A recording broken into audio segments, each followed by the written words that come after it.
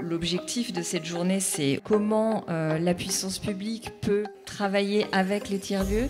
Effectivement, on est face à quand même à deux mondes et on voit bien que cet objectif est partagé. Ce n'est pas qu'un épiphénomène, on a 3500 tiers-lieux en France, donc il se passe bien quelque chose et que ces nouvelles dynamiques sont bien à l'origine de nouvelles façons de faire qui intéressent et qui doivent être accompagnées.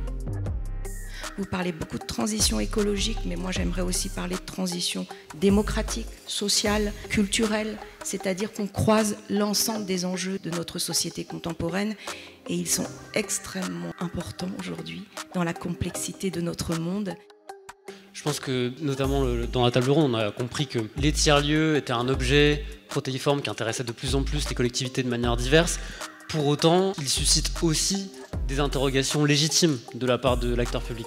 Des interrogations sur est-ce qu'ils vont être en capacité de s'intégrer en complémentarité avec des initiatives qui existent sur le territoire, de répondre aux besoins des habitants dans leur ensemble. Est-ce qu'ils vont être en cohérence avec le projet porté par la collectivité?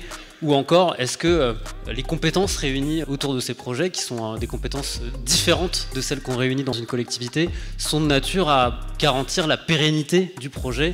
Ce qui me semble intéressant dans cette démarche de comité d'acteurs publics, c'est que de la même manière que les tiers-lieux sont des démarches d'expérimentation en eux-mêmes, finalement, pour un acteur public, faciliter ou encourager ces deux projets, c'est aussi une démarche d'expérimentation.